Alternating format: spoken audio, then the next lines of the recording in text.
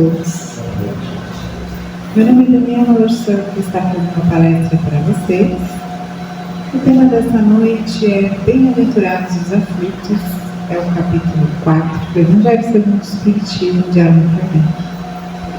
Antes de nós fazermos então o estudo desta noite, eu vou pedir que vocês me acompanhem todos no nosso centro, pedindo a Jesus, o nosso Mestre, aos mentores desta casa, aos nossos anjos da guarda, que estejam conosco nessa noite, possam nos auxiliar a entender e a levar essas lições no nosso dia a dia, em nossos corações. Pai nosso que estais no céu, santificado seja o vosso nome. Venha a nós o vosso reino, seja feita a vossa vontade, assim na terra como no céu. O nosso de cada dia nos dai hoje. Perdoai as nossas ofensas, assim como nós perdoamos a quem nos tem ofendido. E não nos deixeis cair em tentação, mas livrai-nos de todo mal. Que assim seja de sempre. Amém.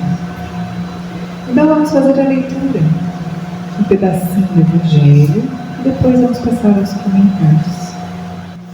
Jesus disse assim: Bem-aventurados os que choram, porque serão consolados. Bem-aventurados os que têm fome e sede de justiça, porque serão saciados. Bem-aventurados os que sofrem perseguição pela justiça, porque o reino dos céus é para eles. Então essas são as aflições que o Mestre Jesus nos fala. E aí então o Evangelho faz um comentário que eu vou ler um pedacinho para vocês. Quando Cristo disse, bem-aventurados os aflitos, que serão consolados, não se referia àqueles que sofrem em geral, porque todos aqueles que estão neste mundo sofrem, estejam sobre o trono ou sobre a pá. Olha que coisa interessante que ele falou. Vamos guardar esse... Hoje eu estou sem slide, vamos guardar essa frase, então. Depois a gente vai falar dela. Quando Cristo disse, bem-aventurados os aflitos, porque serão consolados, não se referia àqueles que sofrem em geral, porque todos aqueles que estão nesse mundo sofrem. Guardamos essa frase? Depois a gente vai voltar nela. Vamos continuar lendo lá um pouquinho. Mas poucos sofrem bem. Poucos compreendem que somente as provas bem suportadas podem conduzi-los ao reino de Deus. O desencorajamento é uma falta. A prece é um sustentáculo para a alma, porém, ela não basta. É preciso que esteja apoiada sobre uma fé viva na bondade de Deus. Frequentemente, ele vos disse que não colocava fardos pesados em ombros fracos. O fardo é proporcional às forças, como a recompensa será proporcional à resignação e à coragem. Mas essa recompensa é preciso merecer. E é por isso que a vida está cheia de tribulações. E tem mais um pedacinho do Evangelho que eu queria que a gente lesse, que também tem uma frase interessante para a gente guardar lá. O homem pode abrandar ou aumentar a amargura das suas provas pela maneira que encara a vida terrestre. Guardaram a frase? Vamos de novo? O homem pode abrandar ou aumentar a amargura das suas provas pela maneira que encara a vida terrestre. Ele continua. Ele sofre tanto mais quanto veja mais longa duração do seu sofrimento. Ora, aquele que se coloca no ponto de vista da vida espiritual abarca de um golpe de vista a vida corporal. Ele a vê como um ponto infinito, compreende-lhe a brevidade e se diz que esse momento penoso passará bem depressa. A certeza de um futuro próximo mais feliz o sustenta e encoraja, e ao invés de se lamentar, agradece ao céu pelas dores que o fazem avançar. Viu essa frase? Agradece aos céus pelas dores que os fazem avançar. Se eu tivesse o slide, ela estava tudo ali, aquelas frases. Mas a gente vai falar delas de novo, né? Como será que é isso, né? Continuando aqui um pouquinho. O resultado dessa maneira de encarar a vida é diminuir a importância das coisas deste mundo e de levar o homem a moderar os seus desejos e contentar-se com a sua posição sem invejar a dos outros, de atenuar a impressão moral dos reveses e das decepções que experimenta. Ele abre nisso uma calma, uma resignação, tão úteis à saúde do corpo como a da alma, ao passo que pela inveja, pelo ciúme e ambição desmedida, tortura-se voluntariamente e aumenta, assim, as misérias e as angústias da sua curta existência. Bacana, né? Essa coisa toda.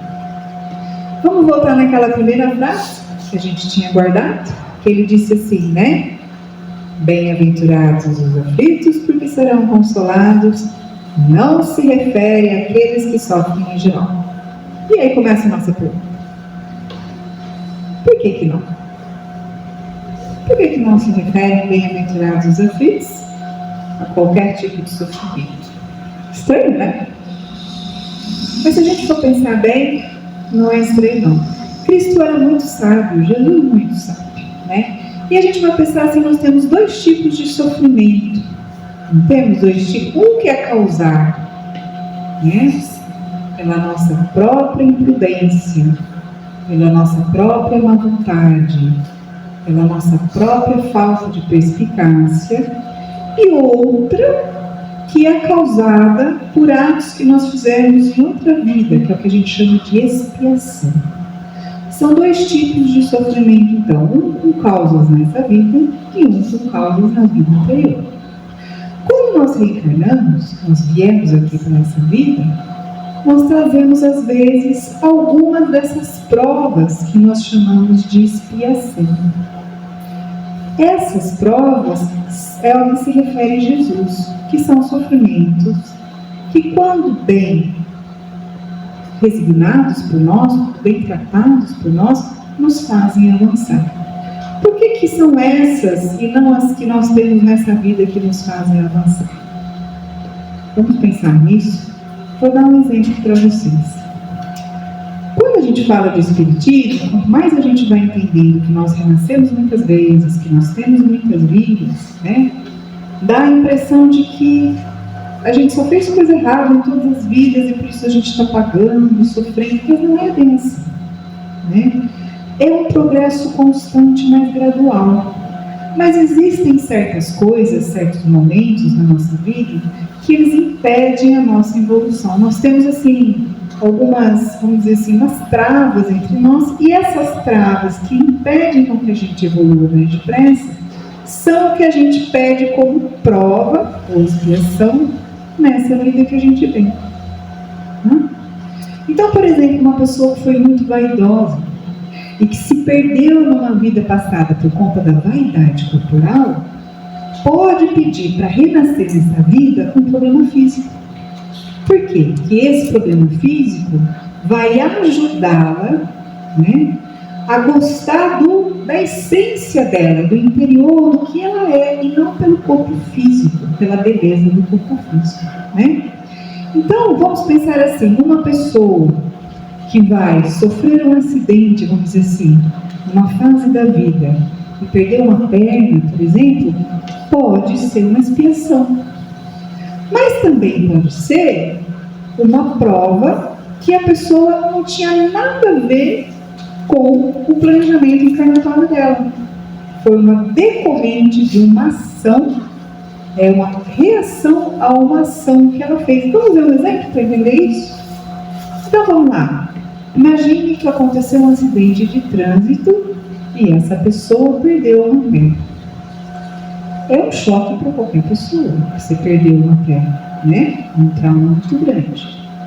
Se vamos analisar assim, se essa pessoa que perdeu essa perna, ela não fez nada errado, ela foi vítima do acidente de trânsito, então provavelmente esse acontecimento, ele fazia parte do programa de encarnação dela, para que ela pudesse tratar essa questão da vaidade dela, né, que era importante. que foi uma coisa que ela pediu que acontecesse na vida dela. Então não se explica. São aqueles acidentes onde a pessoa fez tudo certo, estava correto, estava tudo em ordem, e de repente acontece uma fatalidade. São doenças que aparecem do nada, que a medicina não explica, que não tem causa, não tem como, sabe?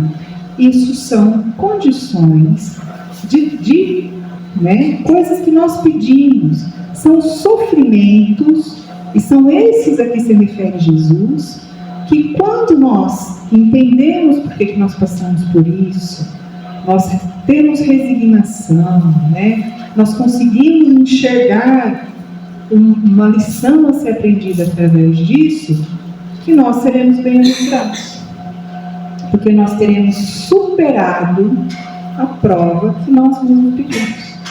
Esse é o tipo de sofrimento a que se refere Jesus, de bem-aventurança. Pode ser um sofrimento, por exemplo, da pessoa não conseguir uma qualificação profissional.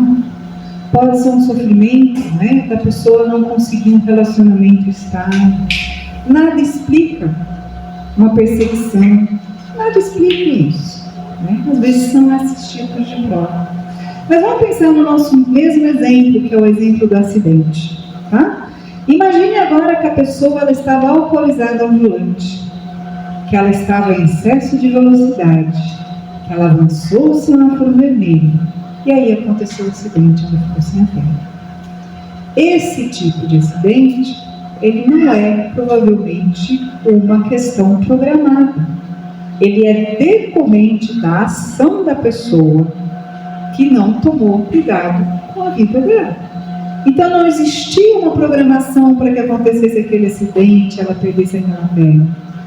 Foi a própria imprudência daquela pessoa que fez com que ela colhesse aquele resultado para ela. Deu para entender a diferença? Então existem provas desse tipo que nós trazemos para nós, aflições, dores, com a nossa imprudência, com a nossa vigilância, e existem as provas que nós programamos para a nossa elevação moral. 80%, nos diz a irmã Citifo, 80% das nossas aflições no nosso dia a dia são aquelas que nós provocamos para nós com o nosso livre-arbítrio, com a nossa vontade, com a nossa escolha errada. 20% das nossas aflições realmente são decorrentes de provas que nós programamos para a nossa evolução espiritual. Daí a importância da outra frase que a gente marcou ali. Vamos ver qual que era aquela outra frase? O que ele dizia assim? O homem pode abrandar ou aumentar a amargura de suas provas pela maneira que encara a vida terrestre.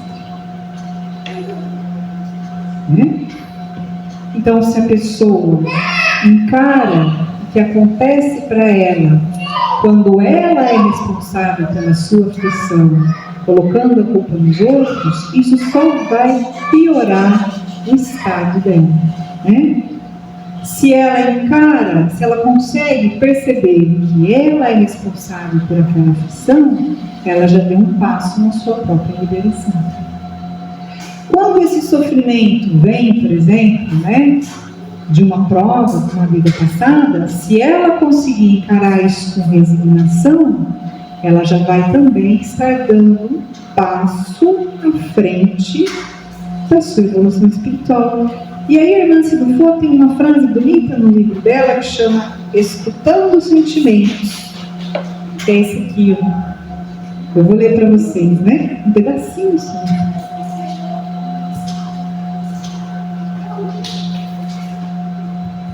Diz assim, a dor existe para incitar a inteligência na descoberta das soluções de nós mesmos.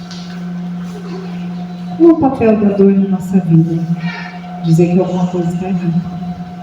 E essa coisa errada, ela vem ou da nossa invigilância, do nosso dia a dia, como isso que a gente fez, ou das provas que nós pedimos para passar para o nosso aprimoramento moral. Daí que o Evangelho falou assim, né, olha lá, ó. Lembra que ele falou assim, ó? Cadê aqui? Ao invés de se lamentar, agradeça ao céu pelas dores que o fazem avançar. Agora não parece uma coisa desconectada, né? Por que agradece ao céu pela dor que faz avançar? Porque a dor, gente, é o momento que nós paramos para refletir. É o momento, quanto mais, na verdade, quanto mais intensa a dor, mais nós nos voltamos para Deus. Seja física, seja emocional, seja psicológica. É a hora que nós paramos para olhar para dentro de nós. É a hora que nós buscamos a Deus. Quando nós estamos bem, nós estamos contentes, tudo flui na nossa vida, nós não questionamos se nós temos defeitos, se está tudo bem. Nós prosseguimos, porque a vida é um contínuo, né? Agora, aí nas dores, nos momentos de dor, nos momentos de aflições, nós paramos para refletir. Então, por isso que o Evangelho traz de agradecer. Não é hipocrisia, ai, que bom, estou sofrendo, está doendo, que gostoso. Não, ninguém gosta de sentir dor. Mas o papel da dor é dizer para você, algo está errado. O que é que está errado? Dor física, né? Alguma coisa está errada. Dor no braço, alguma coisa está errada. Dor no ventre, alguma coisa está errada. Dor de cabeça, alguma coisa está errada. O corpo não dói se não tiver tudo bem com ele. Dor emocional, alguma coisa está errada dentro de nós. Né? Dificuldade de perdoar é um tipo de dor, alguma coisa está errada. Né? Então, quando Jesus ele é muito sábio, ele diz isso, né? Felizes os aflitos, né? Porque serão consolados. O que ele quer dizer com isso? Fé nas nossas dores. Olhe para as nossas dores. Veja o que ela quer dizer para você. Faça esse pensamento. Fui eu que fiz isso para mim? Eu trouxe essa dor para mim de livre, espontânea vontade? Será que a pessoa que eu não gosto do meu trabalho não ficou sabendo da fofoca que eu falei para ela e é por isso que ela virou para mim? Será que dentro da minha família, né, não sou eu a pessoa implicante que quer que tudo que os outros fazem seja da minha maneira, do meu jeito? Será que essa dor e essa aflição que eu passo não é fruto do meu comportamento? Se for, mude. É hora de mudar. Sempre há tempo de começar. Se não for, realmente fez a análise, a perseguição é gratuita, você não fez nada, né? Você se esforçou, fez os seus esforços, não anda, parece ter alguma coisa contra, então pode ser da outra vida. E aí entra a resignação, entra a fé em Deus, entra a vontade de querer ser melhor, tudo isso.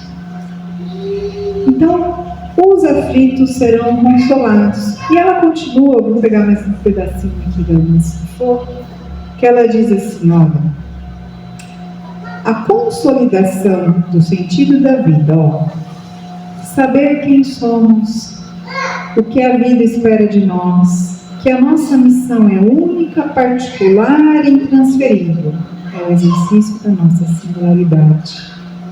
Zelar pela nossa manutenção de individuação, através da superação das mensagens inconscientes de desvalor, incapacidade, diante dos nossos sofrimentos, né? Desenvolver as habilidades da inteligência espirituais, como autoconsciência, resiliência, alteridade, autoconfiança, curiosidade, criatividade, disciplina no adiamento das gratificações, sensibilidade, compaixão, naturalidade. Você vê, ó, uma coisa está sempre atrelada à outra, né? No nosso caminho espiritual, as dores fazem parte do nosso dia a dia. Elas podem vir de um pedaço da nossa vida anterior, são as provas, as expiações, ou elas podem ser trazidas por nós mesmos, pela nossa indisciplina, pela nossa revolta, né, no nosso dia a dia. Nós temos que cuidar, né, vou falar uma coisa que eu acho muito importante na palestra de hoje. Nós não cuidamos da palavra, do que nós falamos do dia a dia. Nós muitas vezes xingamos, gritamos, agredimos verbalmente, né? Carregando essa energia em torno de nós. Existe a lei de Deus. Conhecer as leis de Deus é conhecer o caminho para a nossa libertação. Jesus disse isso: conhecereis a verdade e a verdade vos libertará. Ele disse também: não recalcitreis contra os aguilhões. Né? O que eram aguilhões? Era o carro de boi, seguia lá, era um ferro, um pedaço de ferro que cutucava o boi para ele andar. Nós somos igual a esses bois. Nós precisamos dessas dores na nossa vida para que a gente caminhe mais depressa. Mas nós não precisamos trazer mais dores para a nossa vida. Se a gente sair daqui hoje prestando atenção no que nós falamos, já é um grande avanço para a nossa vida. O verbo ele é tão poderoso que na Gênesis, que é uma simbologia de como foi criado o mundo, está escrito lá assim: e Deus disse, faça-se a luz. E Deus disse, né, faça-se a água. E assim foi, divida o céu e a terra. Então, o que é essa simbologia? Deus disse, é o poder do que nós falamos. Eu já trouxe aqui algumas vezes o poder do pensamento, que ele é eletromagnetismo, né? É uma energia condensada de altíssima frequência. Pois a fala é a materialização de toda essa energia. Então, se o pensamento é poderoso, a fala é determinante. Uma pessoa que fala no mal, que fala na dor, que fala no sofrimento, vai obrigatoriamente atrair tudo para ela. Isso é sintonia, lei da física. Não é nada espiritual, tudo físico. Semelhante traz semelhante. Sintonia traz a mesma sintonia. Prestem atenção nas nossas falas do dia a dia. Se você diz, eu não consigo, eu não posso, eu não gosto de mim, eu não me amo, eu não sou feliz, você está se auto-sabotando todos os dias. Pai João diz para nós: faça o contrário. O cérebro é um grande computador. Você precisa programar o seu cérebro para coisas boas. Se você dá programação ruim, não é assim que quando a gente vai no máquina, se você programa uma coisa, ele não vai executar aqui. Se você fala para você todos os dias que você é feio, que você é isso, que você é aquilo, não vai. O que vai acontecendo? Vai consolidando isso dentro de nós. Use o verbo a nosso favor. Eu sou capaz. Eu amo a minha vida. Eu estou em aprendizado. Eu estou progredindo. Eu estou feliz. Mesmo que naquele momento você não sinta o seu coração feliz, continuamente repetindo, seu cérebro vai entender que a programação mudou. E ele vai melhorar essa sintonia que a gente tem. Parece mentira. Parece papo de coach, né? Daqueles coaches. Vamos fingir. Não é. Não é. É de refazer o circuito da nossa mente. É um processo difícil. Por quê? Porque nós estamos automatizados. Veja quando a gente vai falar alguma coisa e se arrepende, né? Às vezes a gente ouve um comentário que a gente não gosta, às vezes é uma pessoa querida, e a gente logo responde para ela. Não é assim, ou agressivamente, depois você se pergunta assim, nossa, por que eu falei aquilo? Isso é um condicionamento, é uma programação que a gente tem dentro de nós, que faz parte da nossa evolução, porque quando nós éramos lá, né, hominais, no começo da escala evolutiva, era preciso que essas programações fossem rápidas. Chegava o predador lá, tinha que fugir, porque se não fugisse, você morria, né? Então nós desenvolvemos coisas que para aquela época elas eram importantes, hoje não são mais, elas precisam ser mudadas, transformadas. É igual a programação mesmo da computação. O programa que funcionava 10 anos atrás, hoje é obsoleto, não é? O iPhone que tinha, o celular que tinha 10 anos atrás, hoje é totalmente obsoleto, não é? Assim é conosco. Assim são os nossos hábitos. Eles não podem ficar presos, têm que evoluir, eles têm que evoluir com coisas boas. Então, a fala é uma maneira de você, existem muitas outras, mas a fala é uma maneira de reprogramação do nosso cérebro. Fale alto para você todos os dias. Escreva: eu sou capaz. Eu sou feliz. Vai fazer uma diferença imensa na sua vida. Pode até parecer que não. Mas vamos tentar. Vamos tentar por uma semana. Vamos cuidar da nossa fala. Em vez de quando acontece alguma coisa, você dá uma tropeçada, fala aquele palavrão, não fale outra coisa. Fale uma palavra mais branda. Cuide da fala por uma semana e veja se não há melhor em sua vida. Eu vou deixar vocês então com mais uma frase de Jesus que eu amo muito, que ele diz assim: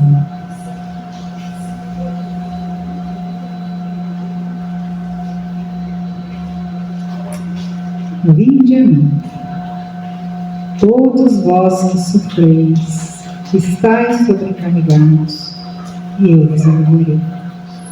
Tomai meu jugo sobre vós, e aprendei de mim, que sou brando e humilde de coração. Encontrarei o repouso de vossas almas, porque o meu jugo é suave e o meu fardo é leve. E se for difícil para vocês fazerem esse estudo sozinho, a casa aqui oferece vários estudos gratuitos. Estudos do Evangelho, estudos do sentimento, que podem e vão nos auxiliar nesse caminho. Nós nunca estamos sós. Todos nós temos ao nosso lado os nossos anjos da guarda, a nossa família espiritual, aqueles que nos amam muito. Nunca se esqueçam disso. Nos momentos de dificuldade, peçam a Deus. A oração é uma das maiores forças que nós temos e às vezes esquecida por nós. Não se esqueçam disso. Pratiquem essa semana a fala positiva. Cuidem das palavras e vocês vão ver a melhoria nas suas vidas. Vou pedir agora que vocês me acompanhem numa Ave Maria, pedindo a nossa mãe de imensa misericórdia, de paz, de luz, que nos abençoe nessa jornada, que clareie os nossos sentimentos, a nossa mente, que nos auxilie a sermos perseverantes, a estarmos sempre prontos, a sermos sempre tolerantes, a amarmos, estarmos sempre no caminho que Jesus nos ensinou. Que ela possa nos abençoar infinitamente e derramar sobre nós as suas bênçãos de amor. Que ela também derrame sobre o nosso planeta Terra a paz, a luz, a harmonia entre todas as nações, entre todos os povos, entre todas as religiões, e que possamos juntos seguir para o mundo de regeneração, onde a nossa evolução será através do amor e das provas, sem a necessidade das dores e expiações. Ave Maria, cheia de graça, o Senhor é convosco. Bendita sois vós entre as mulheres, bendito é o fruto do vosso ventre, Jesus. Santa Maria, Mãe de Jesus, rogai por nós, pecadores, agora e na hora de nossa vida. Que assim seja, hoje e sempre. Muito obrigada. Um bom domingo e uma boa semana a todos vocês.